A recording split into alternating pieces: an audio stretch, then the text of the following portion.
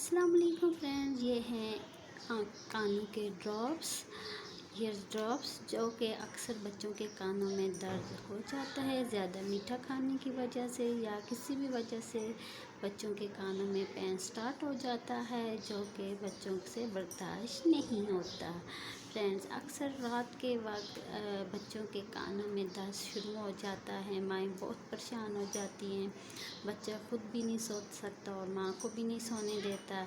तो उसके लिए ये ड्रॉप्स बहुत अच्छे हैं। आप अपने बच्चे के कान में ये ड्रॉप्स डाल सकते हैं।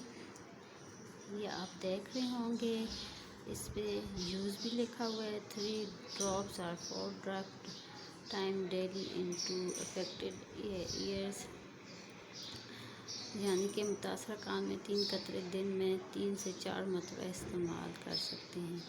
फ्रेंड, जब भी आप इस्तेमाल करें तो बोतल को बहुत अच्छी तरह से पहले हिलाएं, मिक्स करें, फिर उसके बाद कान में डालें।